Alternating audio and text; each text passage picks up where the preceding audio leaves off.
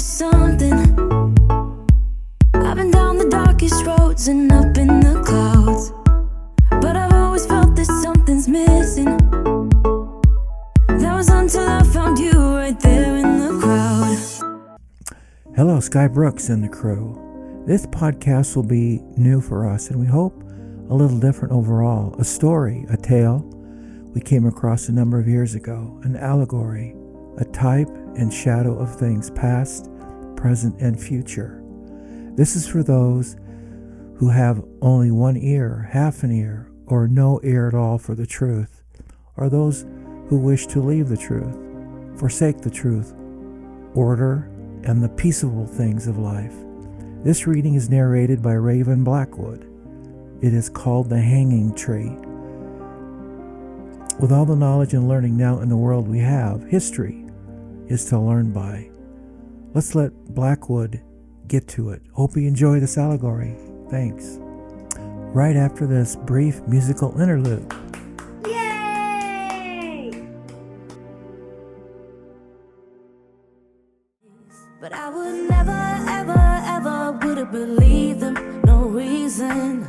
Sometimes the truth is hard to see. But now the never, ever, ever seemed to be over. I saw her, so I'm happy I got freed. Lucky, lucky, lucky me. Lucky, lucky, lucky me. Wasn't that just great? I think so. Okay, here is Raven Blackwood.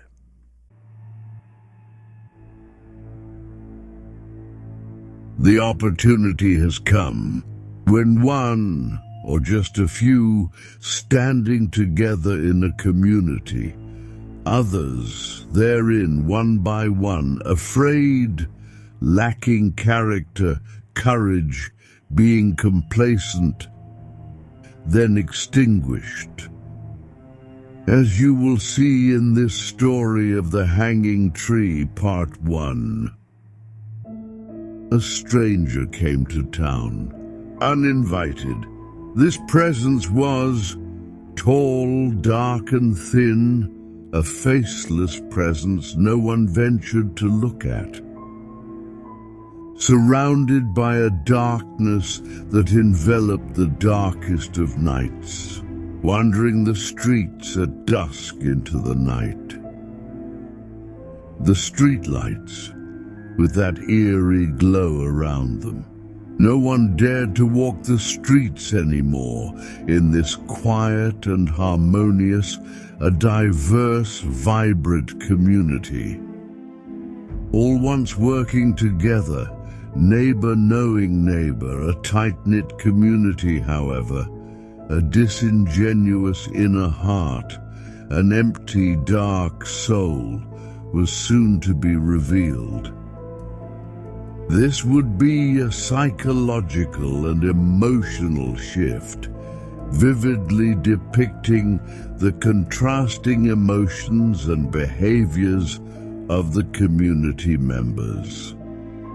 In time, changes in the town began to display themselves, overtaking the traditional values of the town. Disrupting the state of affairs, social constructs from the top down, neighbor to neighbor, tearing apart the family unit, as well as creating a estranged, divisive individual. Most hid in their homes to avoid any sort of conflict, afraid of offending this new presence that wandered the streets, a growing, powerful darkness, exerting its influence on weak-minded, unknowing minds. However, there was these two, the two with the strength of heart and soul, standing tall like oak trees with its lush leaves, sturdy branches, and strong bark. It stands proudly, its trunk thick and robust, as it stands out from the surrounding trees due to its size and majesty. In times of turmoil, their shelter, the sturdy branches extending far and wide, providing refuge for others in their hour of need. These two champions rise above the limitations that society imposed on them, believing what was occurring to their community was wrong, contemptible, and loathsome.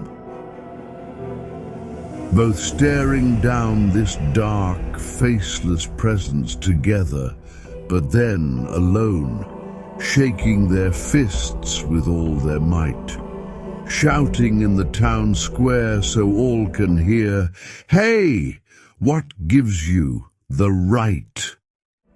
There, as they both stood, with silence all around, no one came out of their hiding places, no, not even one soul.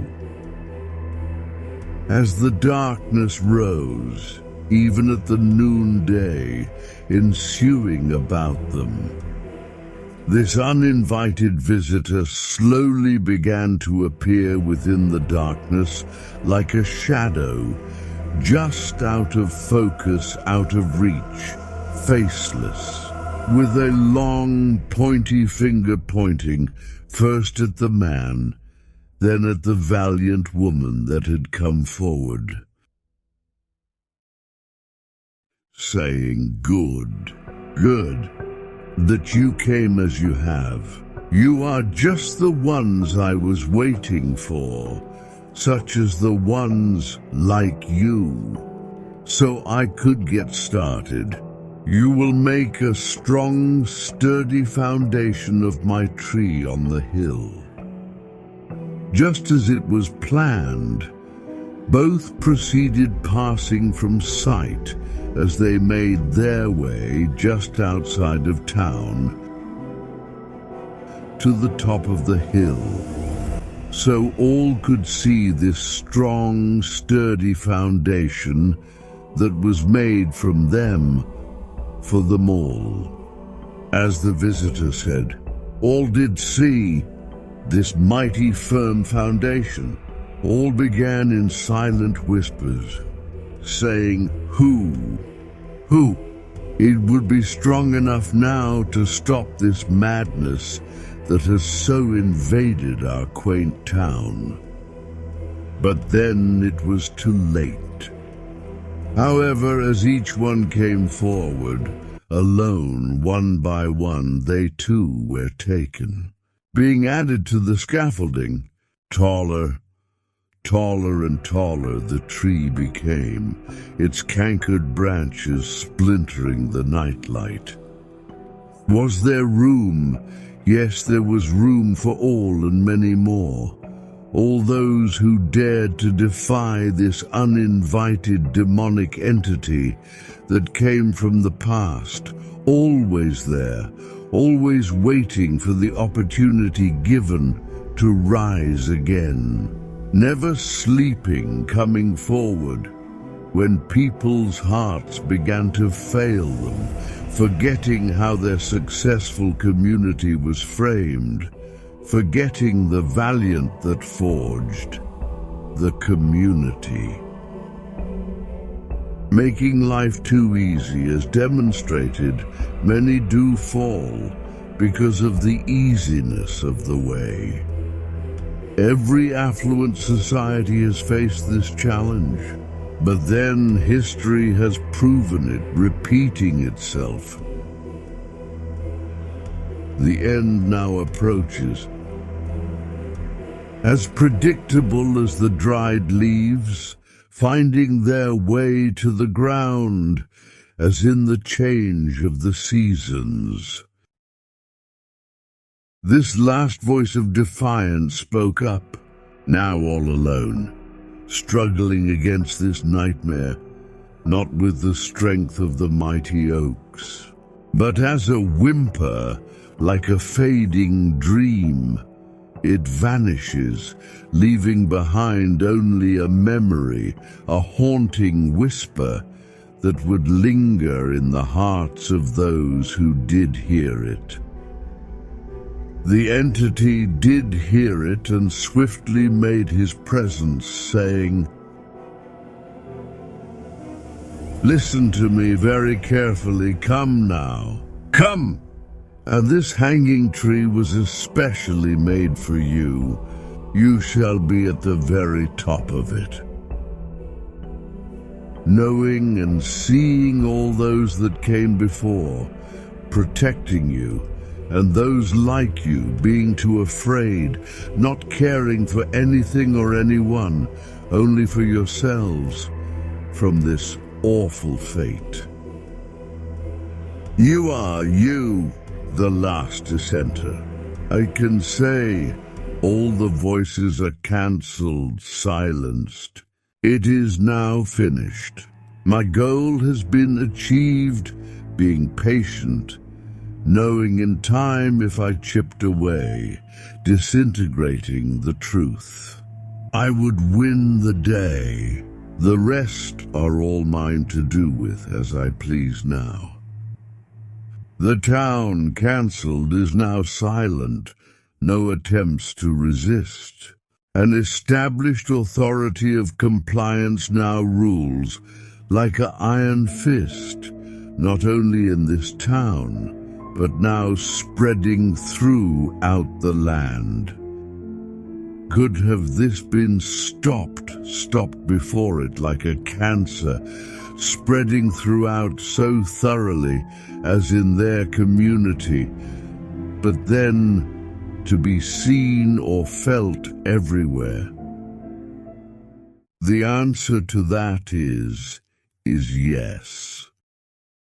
If only the many had kept those strong relationships of truth, self-identities, keeping to a particular society, its founding ideas, customs, and art. Not disregarding tradition or beliefs that had existed for a long time. Now an unrecognizable place of despair, only a type and shadow of what it once was. This story, the story of the hanging tree, has been reenacted many times before. Nearly all of the world now have fallen into this trap. Not many are left. This is a classic tale of the hanging tree. You must decide what role you will play. Choose wisely. Stand firm like an oak tree, protecting the truth not only for yourselves, the children, but also for all future generations. Or fade into oblivion like a ghostly whisper.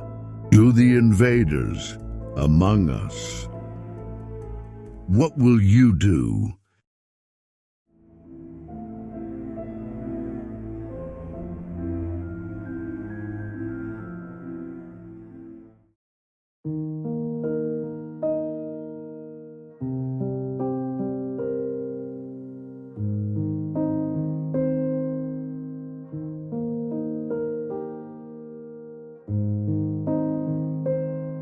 Can error live?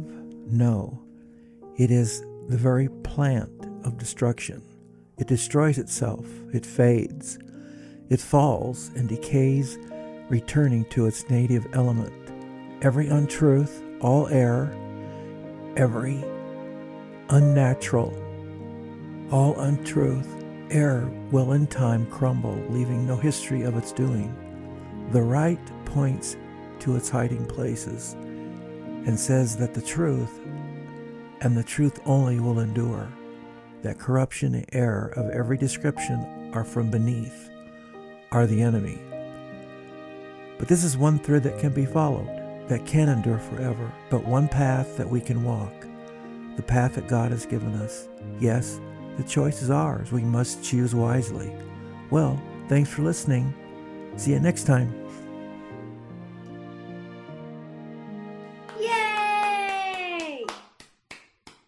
are you? You don't put any stock in this mumbo jumbo, do you? Actually, I do. Really? Now and then you lose in life. What you're risking when you roll the dice. Now I'm gonna place the bet on me. I do believe, I do believe.